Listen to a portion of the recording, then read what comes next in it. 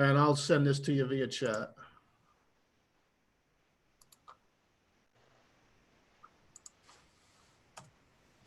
You got it? I have it. I have it. I'm here. Can you hear me? I can. So mute your YouTube. Yeah, I will. Okay, you ready to broadcast? I'm good to go if you're ready. We're ready. Okay. Send it. 5, 4, 3, 2, 1. Right, Howie? Hey, there you are. Hey, Howie. How are you? I'm fine, thank you. And yourself? Good, good, good. Welcome everybody to our webinar. Everybody's coming into the room. We have it's in the hundreds. Yeah, I noticed that. So we Fantastic. should wait for everybody to join. This is the useful webinar that costs nothing. That's right. It's worth every penny. And amazingly, people trust us enough not to tell them what it's about. Yeah. All we had to do was tell them it was a cool webinar that cost nothing. Yeah, there you go. And there you go. 120 signups, just like that. That's right. Our description was purposely undescript. Little copywriting trick. That's right. So how is everybody doing during these days? This is not going to be another one of those webinars you've probably taken. I know I speak to, I don't know how many dentists have told me that they're Zoom meetinged out. Yeah. They've learned as much about implants as they possibly can. And they just want to go back to work. Yeah. So.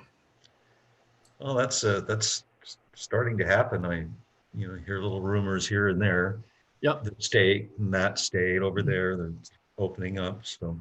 Yep. Won't be long. Okay, so let me start with some introductions for everybody who's on live and obviously who's going to watch this recorded. My name is Mark Dilatush. I'm the CEO of New Patients Incorporated. That other guy that you see is the actual chairman of the board of New Patients Incorporated. And Howie, you started the company back in like '89. Yeah. Right? Yeah. It was the Ice Age. Yeah. The Ice Age. Right. So, and this is important, not because we're going to ask you for your credit card or ask you to buy anything, because we never do in any of our education. It's important so that you understand why we're sharing you this information and how we came about discovering this issue in dental practices. It didn't just happen by mistake. It actually happened by data. So we're a marketing firm. We've been studying what works and what doesn't work as far as acquiring new patients and good quality new patients. We've been studying that now well, you started the company in '89, Howie. Yeah. And I think we really started to really dig into the data around 2004. So probably about 15, 16 years ago, right? Yeah.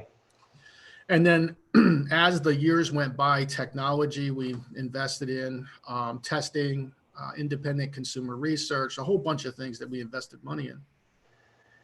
And it allows us to actually see the capacity of a dental practice, right? And then you had, 2008, 2009, the recession, and, things were slow for a while for dentists. And then it picked back up, and it picked up into a crescendo of 2000, and I'd say about 2017, 18, 19, 20. We really started to see this phenomenon of being overheated. And when we dug into overheated means, well, it actually means a lot of things. We're going to go into that in a second here. But there just wasn't enough room for all the patients that you had on record, plus the new patient volume that you wanted. Right, bottleneck. It was Basically. you're right. It was a big bottleneck, and we looked in the data, and we called our client offices, obviously, and of course the clients wanted more new patients, but they didn't realize why they couldn't get past whatever number, 20, 20, 30, 40, whatever the number is, they couldn't get past it. So we dug in and we figured out what all the problems were, and it wasn't just one thing. So we're going to ask you to sit back, open up your mind. At the end of this, you'll be able to go to Dental Marketing Mastery, get our PowerPoint. You don't need to write notes unless you're a note taker. That's fine. We're going to walk you through the symptoms. We're going to walk you through the causes. We're going to walk you through the cures. And we're going to, we'll have sort of a pandemic theme to this, right? Because, that's where we are in life. But it's really important that you understand each of these three phases, the symptoms, the causes of the symptoms, and the cure. Because if you don't, when you recognize them, you'll be able to use this information for the rest of your dental career. I also have a disclaimer or disclosure that many dental hygienists hate us after we give this presentation. And I'm going to ask you, at least temporarily, just put your raw emotions off to the side. Okay, this isn't your fault. Nobody's blaming you. Okay, Give us a shot. That's all we're asking. that's right. That's right. You're just part of it. So we're going to share. I'm going to share my screen now. And let me see. Howie, can you see that on your screen? Yes, I can. The All right, cool. asymptomatic dental practice. Yeah, we named this the seemingly asymptomatic dental practice for, current events reasons. There's people walking around with this virus all over the place that don't even know they have it. And honestly, almost all of you who are watching this don't know you have this problem. So that's why the theme of this whole 40 minutes that we're going to spend together is going to be built around making sure you know how to measure if you have this problem, and if you do or you see this problem coming, getting yourself out of it. And at the very end, you'll actually discover how to never get into it ever again. So it's sort of like the cure, sort of like the vaccine, right? Of having this problem. So let's see if we have any symptoms in the audience. So I have let me bring up a poll. I created a poll for our audience to share. I'm going to launch this. You can see that poll, can you not, Howie? I can see it. It's overlaying the text behind it, but it's basically the same text. Okay. Yeah. All right. Okay. So the audience, we'd love for you to answer some of these, and I'll go through them each one at a time and explain. These are the symptoms that you may have felt prior to COVID-19. You got to get your head out of COVID-19. I'll tell you why it's really important to attend to this now in a second. But I need you to go back to maybe January 2020, and your practice was just kind of buzzing along. So I want to know if you had any of the following symptoms. The first symptom is that you had more than about a half of an opening in each full-time hygiene book each day. We get a lot of doctors on forums, even on Dental Marketing Mastery forum, who complain about cancellations and broken hygiene appointments. Did you have more than a half of an opening in each full-time hygiene schedule each day?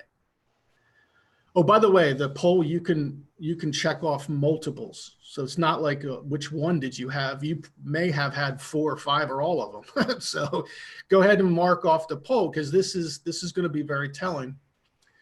So the next one is, if you're the doctor, did somebody in your office recently say something like, hey, doc, I got nowhere to put these people? Right? In other words, your schedule, specifically hygiene. Sometimes new patients, okay?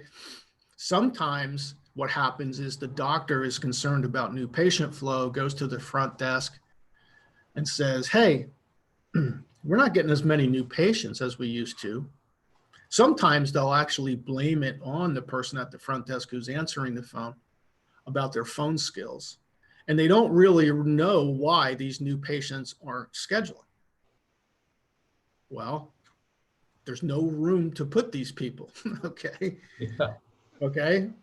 So, and the second one, actually, there's all of these are combined. These are not individual symptoms. They all will feed into each other and create a big problem. So let's go down to the third one is, despite your and this is really for the doctors, because this really frustrates dentists, is they'll actually spend more money or different money on marketing or advertising, or they'll try this and try that. And nothing, that even if they increase their budget, seems to work to get more new patients. In other words, they were spending whatever, $2,000 a month, getting 20 new patients a month. They spend $4,000 a month and they still get 20 new patients a month, right? And they're racking their brain out and they're like, oh, it must be my marketing guy stinks, or whatever other conclusion. So they go from marketing guy to marketing guy to marketing guy to marketing guy, and they still get 20 new patients a month, right? So if you're a dentist and you're in that category, click off the poll. This is really, the next one's for the folks who are paid to keep the hygiene schedule full. And that's like that's the most thankless job in dentistry, I swear. My hat's off to you people who try to keep the hygiene schedule full, especially when it's in a situation where the practice is overheated. So the question is, was it getting more difficult for you to keep hygiene full before COVID-19? Remember, everything is before COVID-19. The next one is, this is actually almost, the next one is when you see an increase in new patients canceling or breaking their first appointment, that's almost an absolute assured guarantee that you are overheated. Because here's what happens. New patients, through your marketing or a referral even, doesn't matter. They call your office and the person at the front desk has a conversation with them, and they say, when would you like to come in? And the patient says, whatever, Tuesday afternoons. And the next available one is 3 Tuesday afternoons from now. And the new patient makes that appointment, and they get off the phone and they go, I don't want to wait 3 weeks to go to the dentist. No, but I don't want to wait 3 weeks to do anything. They want to reserve their place in line, though. That's what they're doing, right? Right. And then meanwhile, they're going back around and searching for a practice that will get them in when they want to go in. Exactly. So they go, I'm not, and this is especially true when the wife is scheduling for the husband, right? She sees or hear, or she knows he has a problem. He's not going to attend to it. She wants to get him in sooner, gets a referral, calls the office 3 weeks, makes that appointment, and then thinks about it and goes, I'm not waiting 3 weeks. Calls a different dental office, makes an appointment, keeps that one, and never calls the original office back and says that she's not going to make that first appointment. So if your office was getting more increased new patients canceling and breaking their first appointment, that's definitely an indicator that you need to take some of this corrective action that we're going to talk about. Mark, don't you have a sort of a gauge, the 8-day thing? Yeah, They can't get in within 8. Yeah, it's kind of the capacity golden rule in dental practices is if you can't get a new patient into a prime time slot within 8 work days, you're over capacity. Yeah. Yeah, that's Okay, and prime time slot is the key, which we're going to discuss, but for definition purposes, prime time is their first appointment in the morning, last appointment in the afternoon.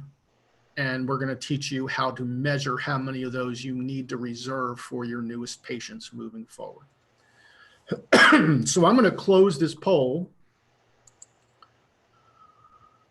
And it looks like everyone had one of these. That's amazing. Wow. And many had multiples. So here are the results of the polling. So all of those symptoms were felt before COVID-19. Not one of them was not realized. Interesting. Interesting, right, Howie? very interesting. In your best voice. Okay, so here's where it starts to get, I'm going to relaunch the polling. Here's the next one. Whoops. Sorry.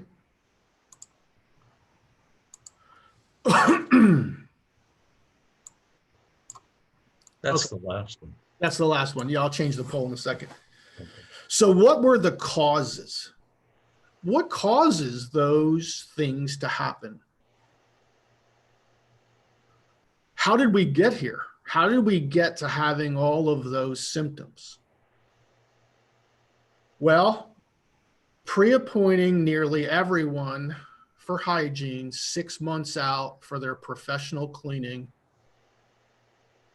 is the culprit, is the main culprit. There's multiple culprits, there's multiple causes, but that is akin to walking around to strangers, shaking all their hands and then rubbing your eyes right now. Okay. If you pre-appoint nearly everyone 6 months out for their professional cleaning, excuse me, you are creating the bottleneck. That's right. Okay. I don't know when, I don't know how, I don't even know why. I'd like to know, I'd like to go back to the roots, all the way back to the first dental person who said, why don't we just make them all appointments? Yeah. 6 months from now. They might like that and they might stay. Somebody did that. There was the first person to do that somewhere. And then I'm sure they sold a book and I'm sure they went on the lecture circuit and I'm sure it spread like wildfire through dentistry until everybody did it. So the question for the group is, can you think of any other business that does that? They freeze a business asset 6 months out, right? In hopes that they'll collect on it. Right, 20 to 30% complete fantasy. Just fill up 20 to 30% of your book with complete fantasy on purpose. Okay, it doesn't make any sense. Now this is where the hygienists start. They get the pitchforks and they start lighting the torches and they start walking after me. Okay. Easy, I'm going to tell you, it gets better, okay? So don't get mad at me quite yet. So the second cause, if you pre-appoint nearly everyone in your practice 6 months out for their professional cleaning, what exacerbates the problem? The answer is time. If you're a startup in your 3rd month, this is no big deal. If you're a dentist who's been practicing for 10 or 15 years, and for sure 20 or 30% of those pre-appointments aren't really going to come in on that day and that time, you probably have 2,000 people that the poor hygiene coordinator is chasing down for you. And you're probably wondering if she's doing her job or if she's has a bad attitude or whatever, because she's probably wondering if she has the right job. Yeah. She's going, man, this stinks. Like awful. The doctor keeps telling me to chase these people around who have already proven they don't want to hear from me. Right. And in this day and age of robocalling, Like, I can't imagine being a hygiene coordinator. Seriously, that's just it's a thankless job. So what else happens? What are the other causes? There's no appointment priority for your newest patients. So some of the doctors listening to this, the dentists listening to this going, oh man, I bring a lot of my new patients through hygiene. And I purposely packed my own hygiene schedule. And my newest patients don't really have a prime time appointment available for 3 or 4 weeks. There you go. That's the cause. Okay. Another one that's kind of hidden, it's not hidden to us because, again, we see all the data. We know what marketing, there's tracking numbers on everything. We see the call, we see the correlation, we see the revenue. So we see all that stuff. The next one's kind of hidden in that if you use deals to attract primarily shoppers to your practice and you pre-appoint shoppers, people who just made a decision on a healthcare provider based on a coupon, okay, chances are less of those are going to adhere to your pre-appointment recall strategy. Again, the reason for that is that someone else may have a better coupon. A better coupon, or they just don't have the value point you have for your practice. They're just not a good match, okay? Yeah. So using deals is like putting gasoline on the fire. And here's the worst culprit or the worst cause. The reason why dental practice is adjusted or adapted the pre-appoint 6 months in advance system, everyone, is because it was easy. It's easy. Seemed to solve a problem at the time. It seemed to solve a problem, but what it did is it created like 9 problems. Yeah. Right? So that's, now let me see if I can get this other poll up here for the attendees, because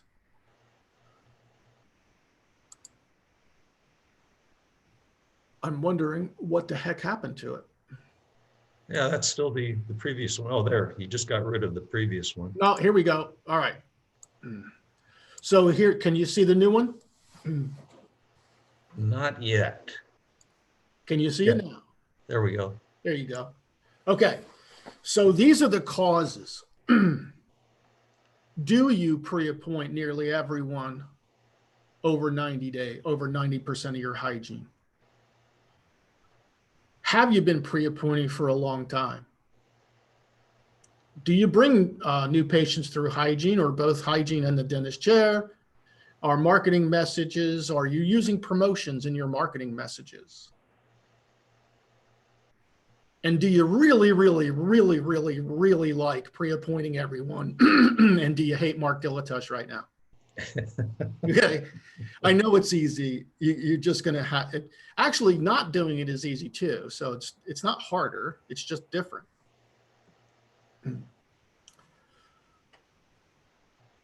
And we didn't get anyone to click on our marketing message typically have some kind of obvious reduction in price.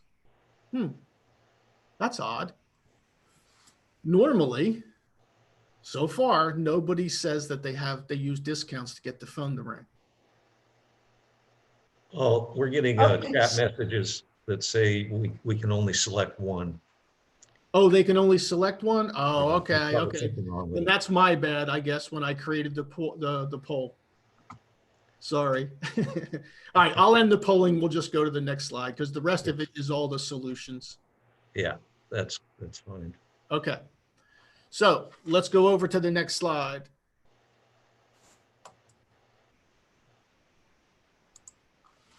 All right, so here, what are the cures? Mark, how do I get myself out of this?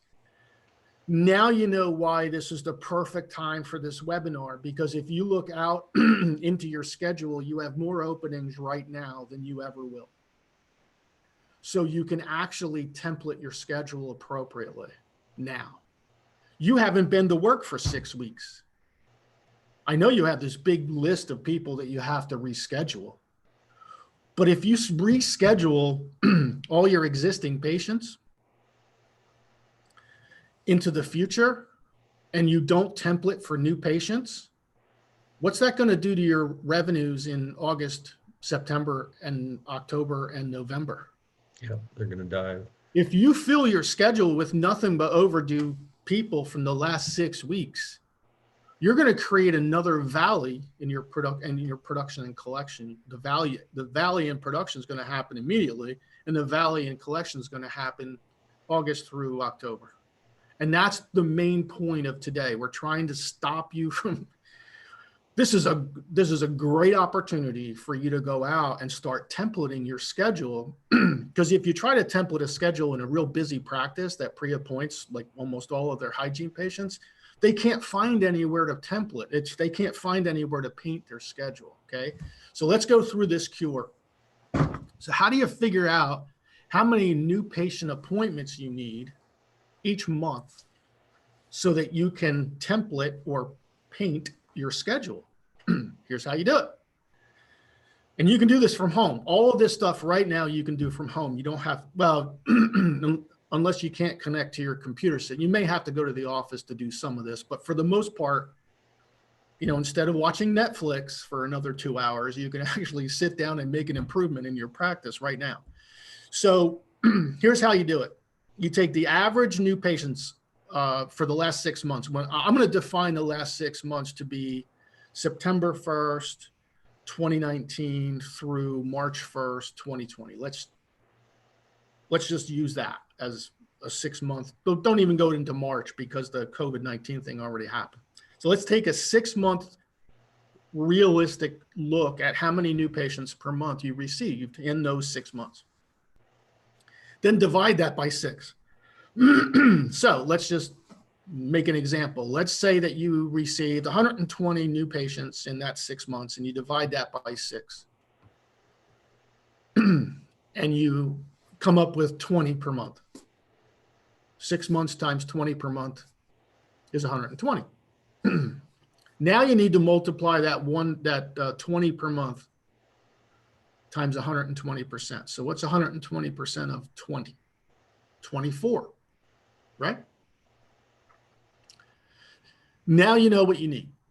If you were averaging 20 new patients a month before and you want to grow, you don't want to stay at 20.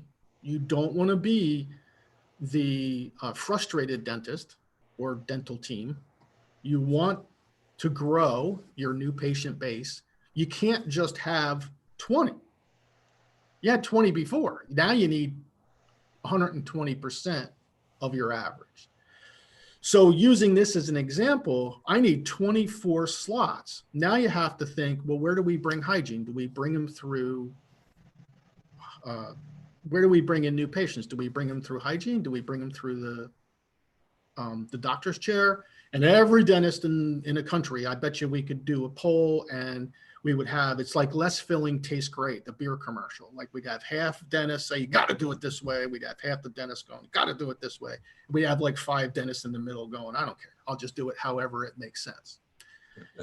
So, right. I mean, that's how it is. So where do they come in and how long does a new patient appointment typically take? Let's just use another example. Let's say 90 minutes. So if I need 24 prime time, that's the key, prime time. I need 24 prime time appointment slots every month. I need to go out into my schedule. You can do this today and paint. I'm going to define paint in a second here, just so you understand what I'm talking about. You need to paint those openings, first appointment in the morning or last appointment in the afternoon on the weekdays that you work. You need to, I'm going to use the color purple, paint them purple. Now, what do I mean by paint?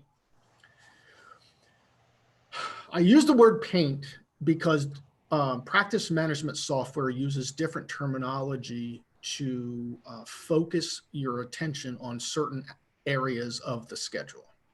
I can't use the word block because if you're like almost every one of our clients, you use LocalMed to do online scheduling and blocking will actually make local med not see that opening. So we don't want that to happen. Yeah. So what you want to do is paint your schedule with a visual cue. I'm just going to use the purple. Okay. That's the first step. So you take 24 90-minute purple slots, morning, evening, morning, evening. And if each of you work, let's say 21 days a month, then that's at least one new patient appointment each day. Maybe two on a few days. Some of you work 16 days, 18 days, 20 days. You get the idea. You're going to need a couple days with a couple of these. First in the morning, last in the afternoon. Now is the best time to go do this. And you do this for every month going forward, not just next month. You do it all the way up. Go out 12 months and paint at least 24 openings, because your goal is not to go below 24 new patients a month. And we're going to get to the part where you get more than 24 a month. Right. And why wouldn't you want to grow during this time period? Of course you would. Exactly. You just have to create room to grow. Exactly. And eventually, all the uncertainty that you're going through, depending on what state you're in, what do I need for PPE? What do I need for this? And testing and which patients and all that stuff is no longer going to be an uncertainty.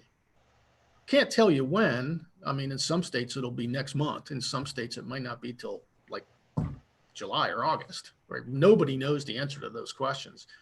But we know eventually the uncertainty is going to go away. And we also know that if your schedule is painted appropriately, what's amazing, Howie? Their new patient numbers are going to go up. Yeah. Isn't it? From the same exact marketing spend that you're spending right now, your new anything else. It's amazing. It's amazing how this works. Okay, so we're going to go to the next slide. Yeah. Let's whoops. On the wrong screen. I have multiple screens. Okay, so here's the cure. Those were the causes. These are the cures. This is exactly how you do it.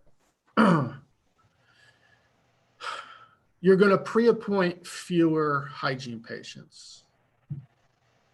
Cue hygienists with torches and pitchforks, okay? This is where they don't like when I say these things, but here's my give back. You're still going to pre-appoint your A patients. And that might create a question like, Mark, what's an A patient? Well, you have A patients, B patients, and C patients in every dental practice. Your A patients, I can define it for you. The A patients are the ones who made their appointment 6 months ago, and they actually came in on that day and time that they made 6 months ago. Without rescheduling. Without rescheduling. Or no showing. Or no showing. They actually took advantage of the courtesy that you offered them 6 months ago. Those are A patients. You can reschedule, you can pre-appoint those for the rest of your career. I gave all the hygienists back something now. Okay. Okay. Here's what you can't do. You can't pre-appoint your B and C patients. So let me define those. Your B patients are patients who did pre-appoint but didn't keep their appointment. They can't pre-appoint anymore until they prove to you that they can make and keep an appointment when they say they will, which I'll get to in a second. Every dental practice has C patients. I don't care what you do. I don't care how many times you send them a card, call them, text them, email them, send them a carrier pigeon. I don't care how many times you do that. You're never going to get your C patients back in anyway. And you should never, ever, ever pre-appoint a C patient. Like, I'll give you a little bit of slack on some of your better B patients, but I'm not giving you any slack on your C patients. Yeah, those are the people who don't show up until something hurts. Right. Now, what if you look at the slide, it says pre-appoint less, recall the rest, no more mess. Okay. There's a reason for that, because your B and C patients you're going to recall. And some of you are young enough to not know what that means. I guess I'm arguing, or I'm actually stating that I'm old enough to know what that means. So back in the old days with the dinosaurs and the Flintstones, dentists used to actually recall their patients. Recalling a patient is you send them a card, you send them an email, you send them a text, whatever. If you want to call them, you can call them if you want to. But basically, they don't get an appointment after. If they visited your office today and they're a B patient, they don't get the courtesy of the next appointment. But we're going to send you a text, email, card, whatever your system wants to be, when it's time. And when it's time, call and we'll get you into the schedule. Okay? And that's what happens. And your office business personnel can set up any practice management system to do this. This is like the second easiest thing since sliced bread. Pre-appointment is the easiest thing since sliced bread. Recalling patients is actually the second easiest thing since sliced bread. Okay. So this is not hard, and it's going to end up falling on the business staff. Okay. But the business staff should love it. Okay. Because they're no longer going to have to negotiate times that are 3 weeks out to people who it's so difficult now. With everybody has their career, they have kids, they have hobbies, they have other work interests, they have play interests, they have all kinds of stuff going on. It's very difficult even for an existing patient to deal with, we're 3 weeks out. And your front desk people, they're the brunt of it. They're the ones who are getting the complaints from those patients. They may not be telling you they are, but they are. People don't like to wait, especially as we move forward. So the cure: pre-appoint less, recall the rest.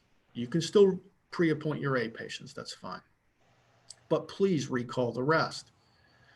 And then for your front desk people, there will be no more mess. They'll actually have 24 painted purple slots to put new patients when new patients call. And they'll have more room in the schedule for those B patients who respond to the recall. That's good. And they won't be messing up their schedule with C patients who are never going to come in anyway. And then your hygiene coordinator loves everybody, right? Because now your patient base is segmented to match her workflow.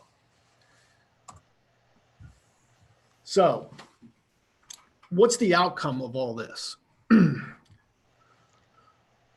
Well, we can tell you for sure, just from a pure data standpoint, that pre-appointing the majority of your hygiene patients will prematurely stagnate the new patient growth in a dental practice 100% of the time. Okay. It's just a matter of time.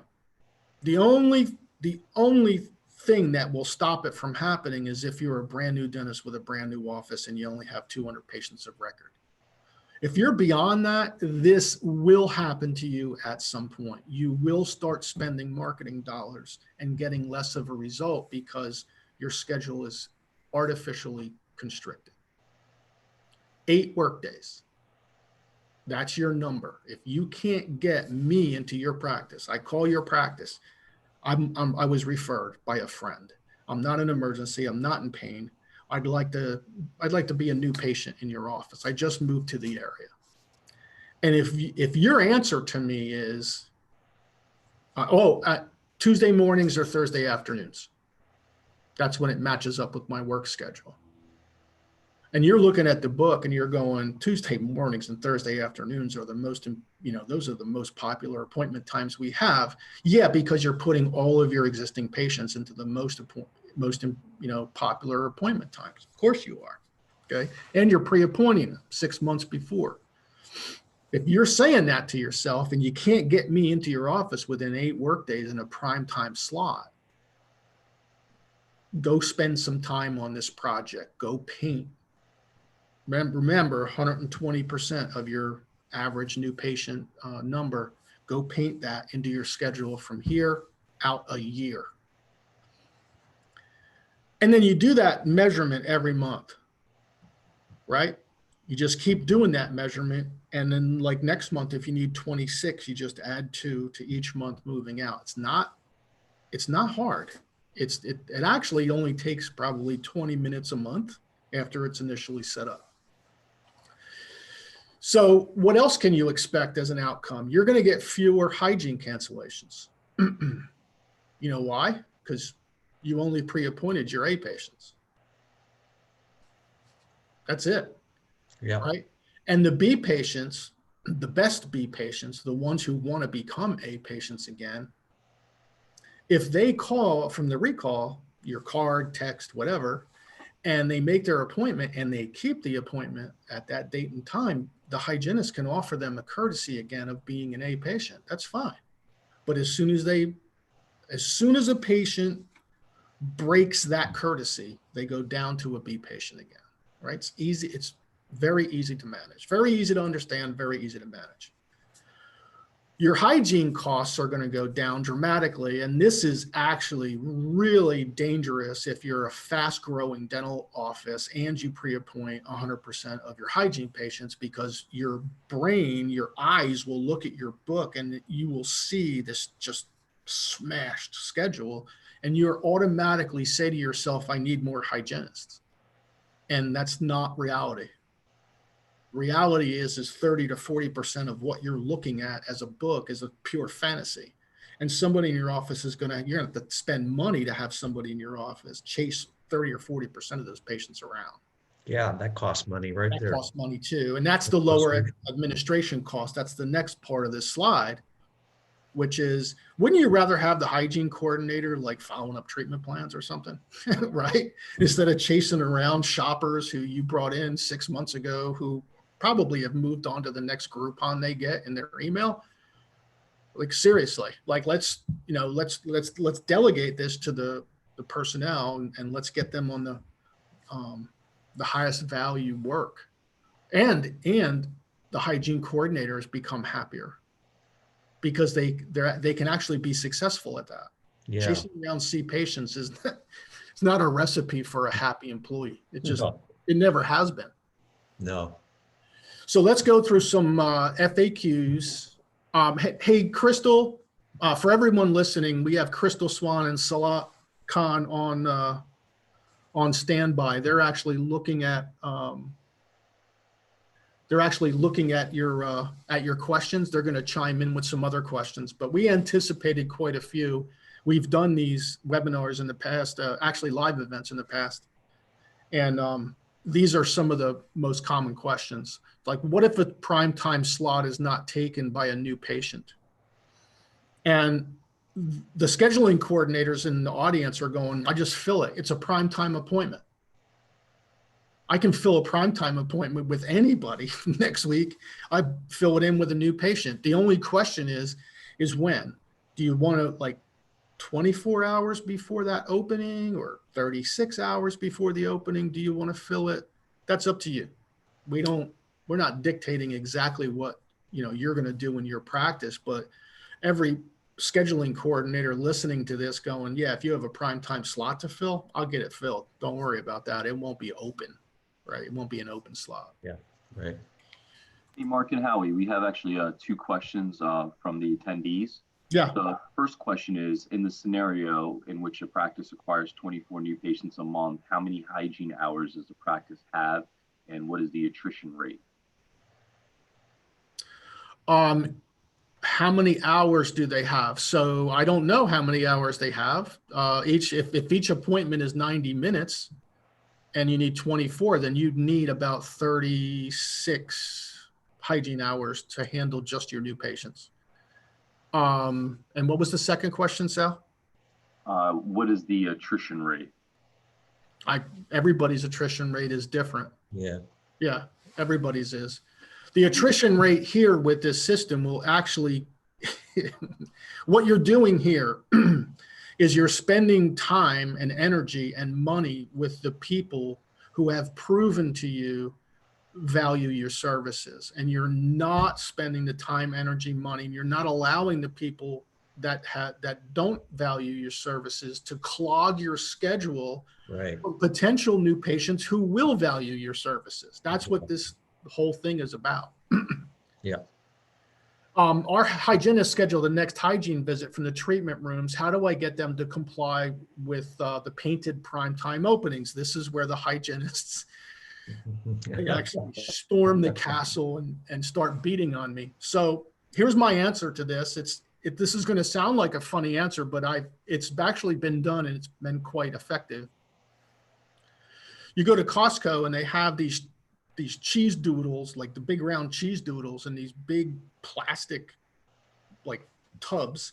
You eat all the cheese doodles and you take the lid and you cut a hole in it big enough to put a $5 bill into.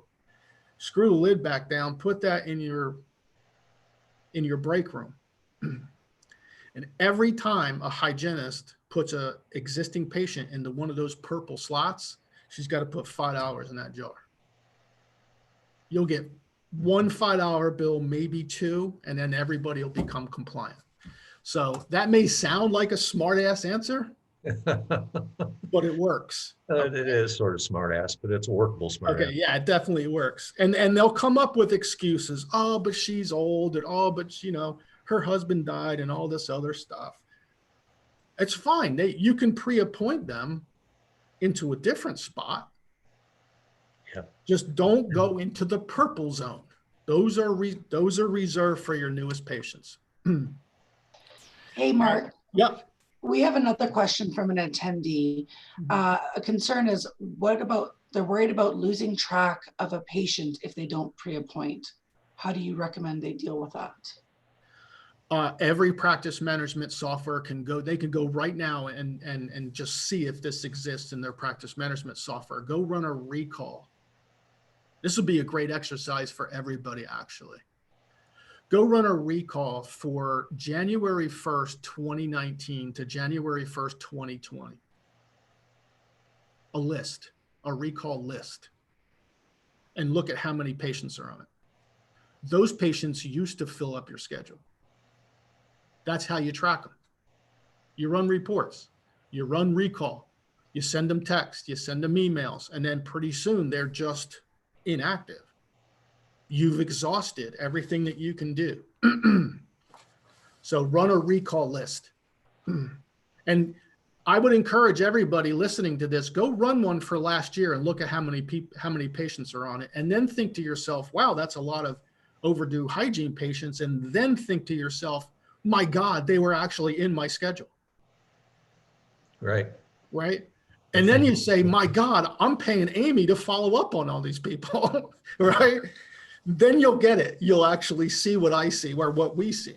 That's the data I'm talking about. That's the part of this that's so obvious to us, but because everybody's, they're really focused on patient care, focused on everybody's all focused on patient care.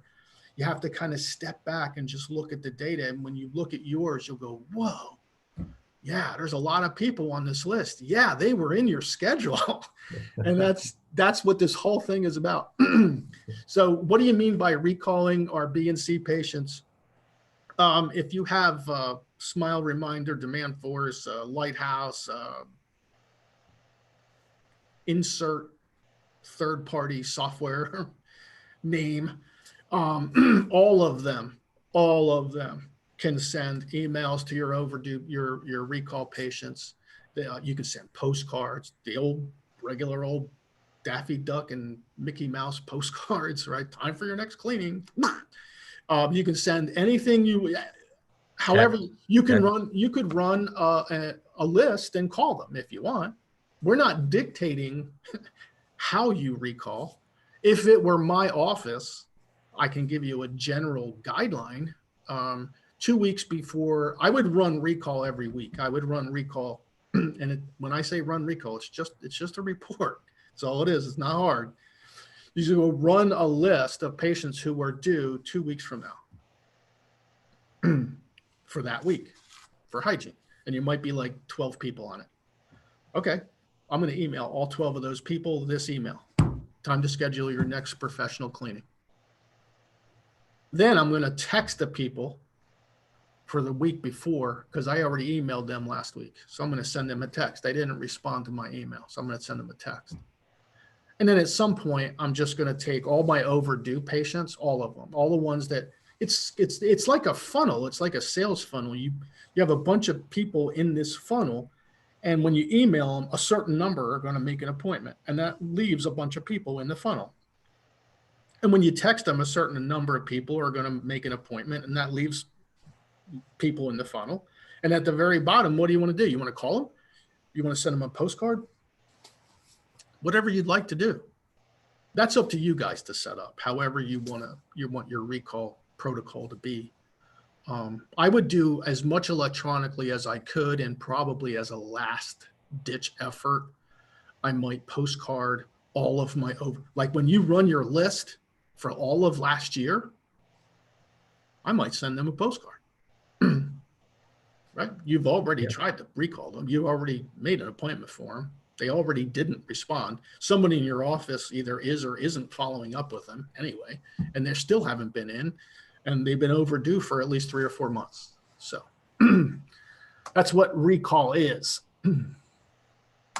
So if this change fails, if we implement everything you said, Mark and Howie, if we do, where am I going to fail?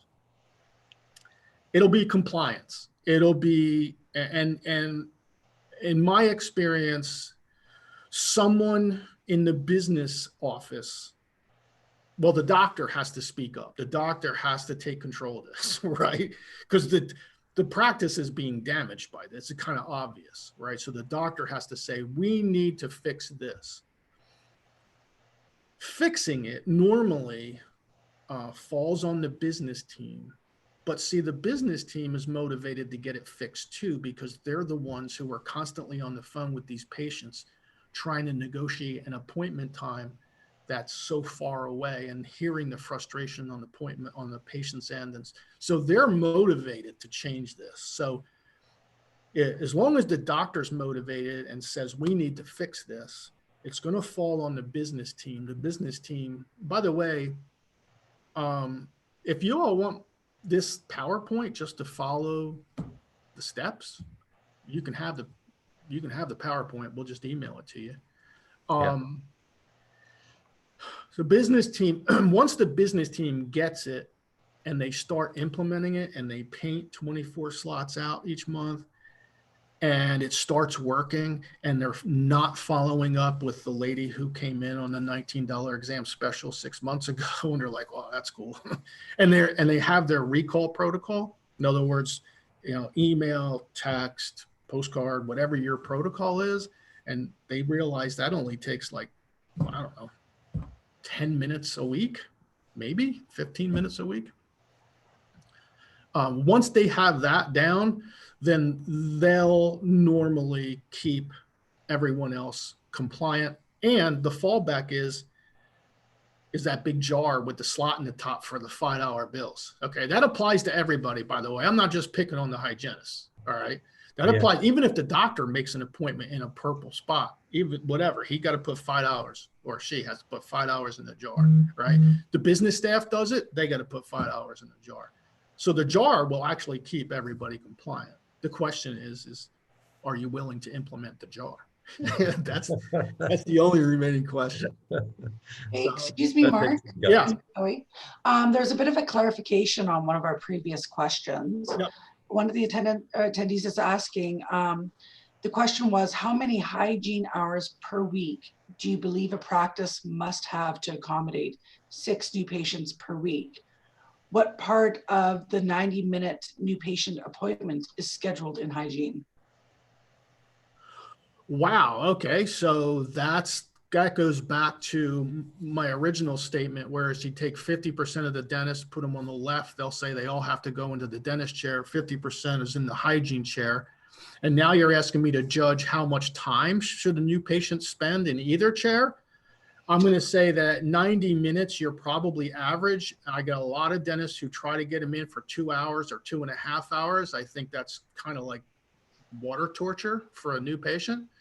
And I can actually see that in the new patient numbers. In other words, the longer you're going to bring them in, or the longer they have to take out of their own personal and business schedule, the lower your conversion.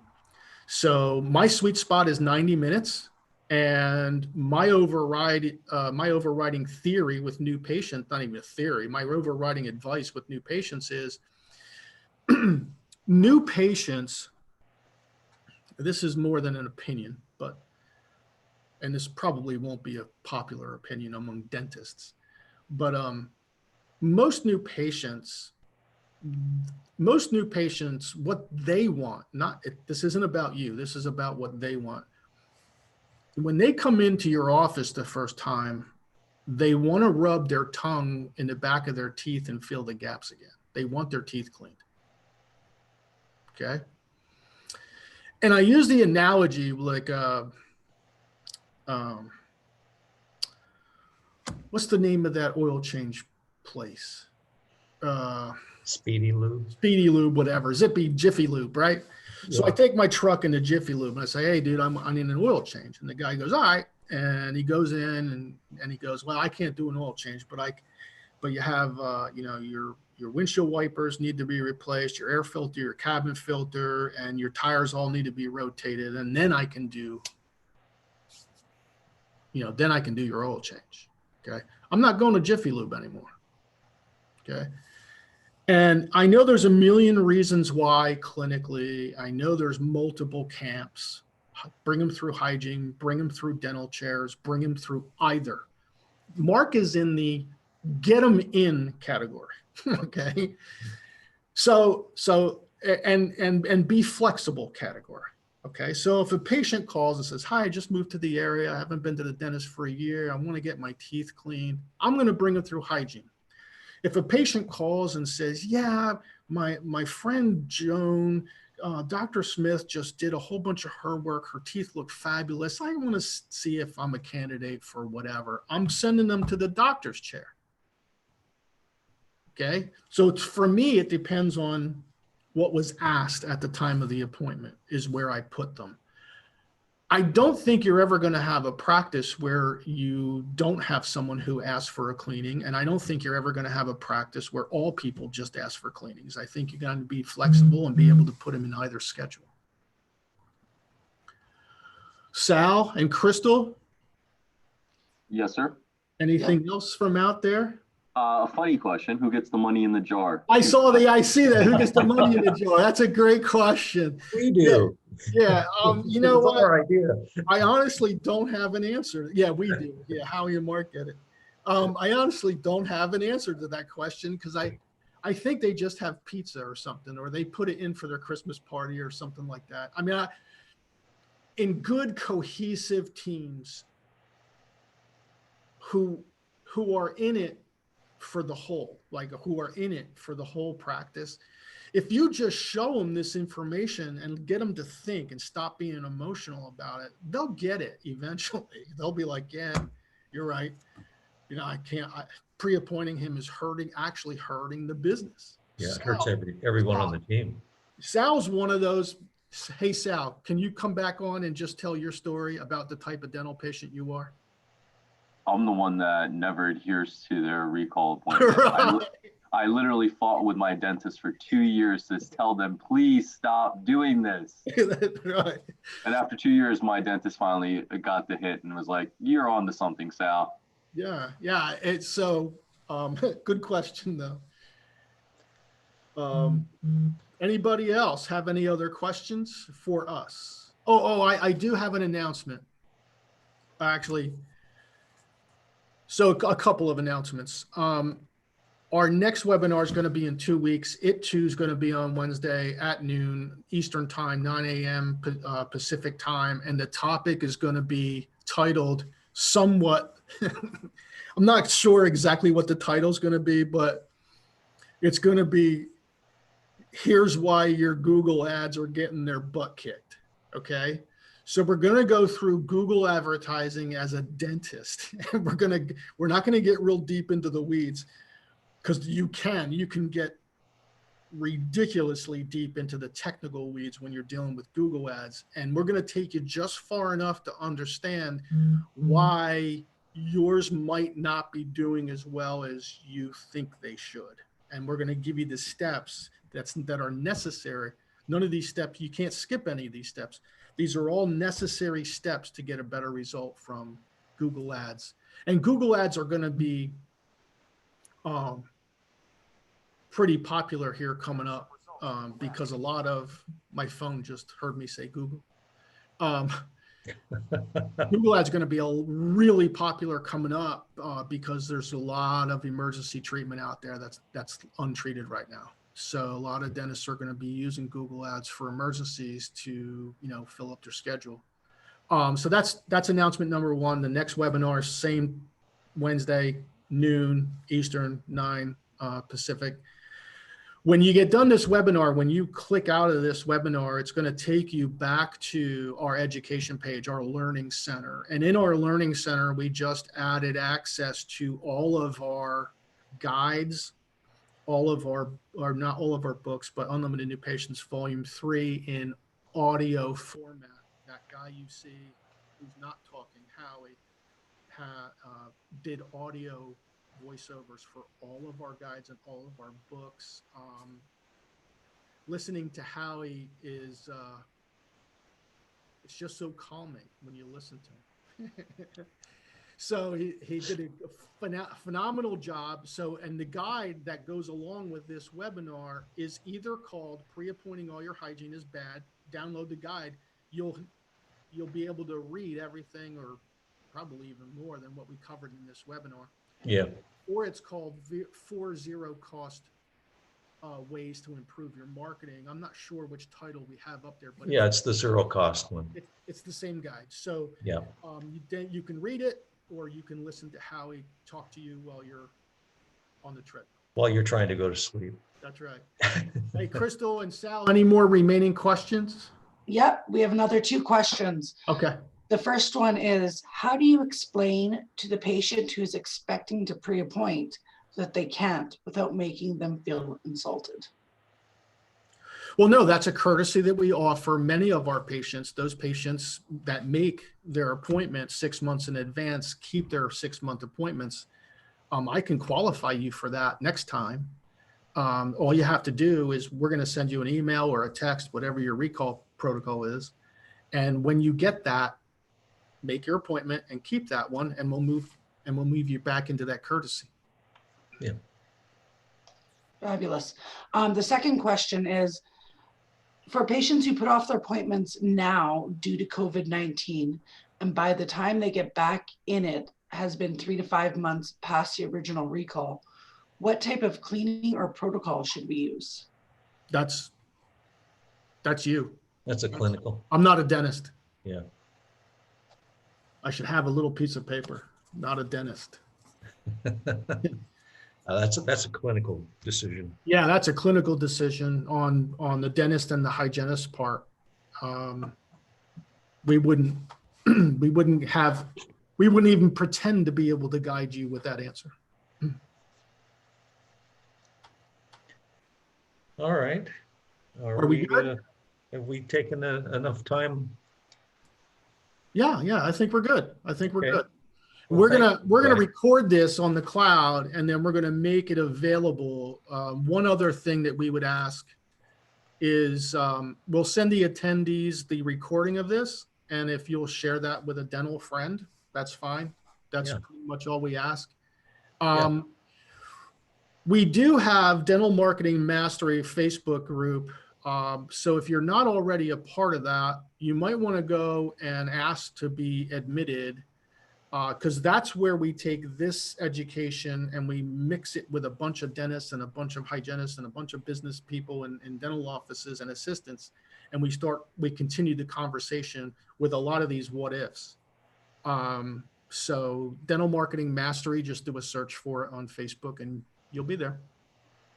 Thank you, everybody. Thanks, everybody. Thanks for Appreciate it. spending an hour with us. We appreciate it. Wait, oh, hold up, Mark. There's just somebody that's commented to answer the question prior. I thought maybe we could share it.